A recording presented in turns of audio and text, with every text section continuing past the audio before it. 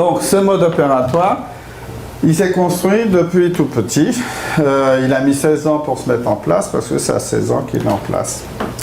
Et c'est un mélange de talent, de personnalité, d'enseignement reçu et puis d'expérience vécue. Et en général, ça se construit soit à partir d'un talent vraiment qui est fort, ou le plus souvent, 99 fois sur 100, à partir d'une saloperie de la vie. On a rencontré quelque chose qui a été douloureux, et donc on a construit à partir de cet événement douloureux un processus pour s'en sortir. Et c'est comme pour les huîtres, hein, pour qu'il y ait une perle, il faut qu'il y ait une petite saloperie. S'il n'y a pas de saloperie, il n'y a pas de perle. Donc. Et donc vous avez construit votre perle d'action de 0 à 16 ans comme ça. Et quand on refait le travail pour savoir d'où ça vient la cohérence, hein, eh bien bizarrement, on s'aperçoit que tout ce qu'on a vécu a participé à la construction de ce processus.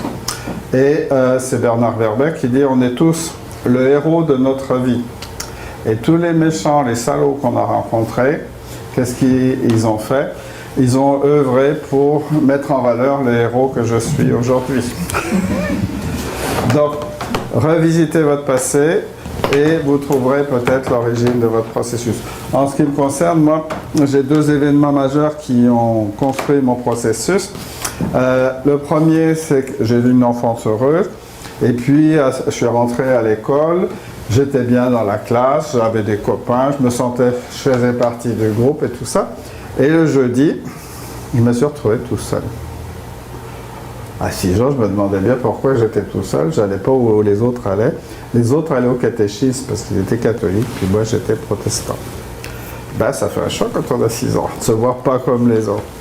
Et donc, le lendemain, je me suis retrouvé avec eux, et ça s'est bien passé. Donc pour moi, c'était pas grave de ne pas être comme les autres. Et depuis, je suis devenu très résistant à la pression de conformité. C'est pas grave si je suis pas comme les autres. Et le deuxième événement est plus dramatique. J'ai perdu ma mère, j'avais 9 ans. Et mon père s'est remarié avec une femme hystérique, au sens clinique du terme. Pas suffisamment folle pour être enfermée, mais suffisamment pour m'enfermer moi. Pas d'argent, pas d'habits, pas le droit de faire quoi que ce soit. Donc, empêché d'agir. Et la seule façon que j'avais d'agir, c'était d'observer les autres agir.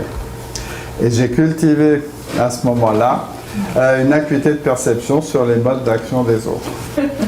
Aujourd'hui, je pourrais presque dire merci à ma belle-mère, mais ça me fait quand même enrager un peu. Mais ça a contribué à devenir ce que je suis aujourd'hui. Donc voilà un petit peu la construction, ça se fait tout au long de notre vie, et c'est aussi pour ça qu'on est chacun d'entre nous très différents dans notre processus. Ce processus-là, c'est un... Vous n'avez rien à apprendre, c'est ça qui est merveilleux.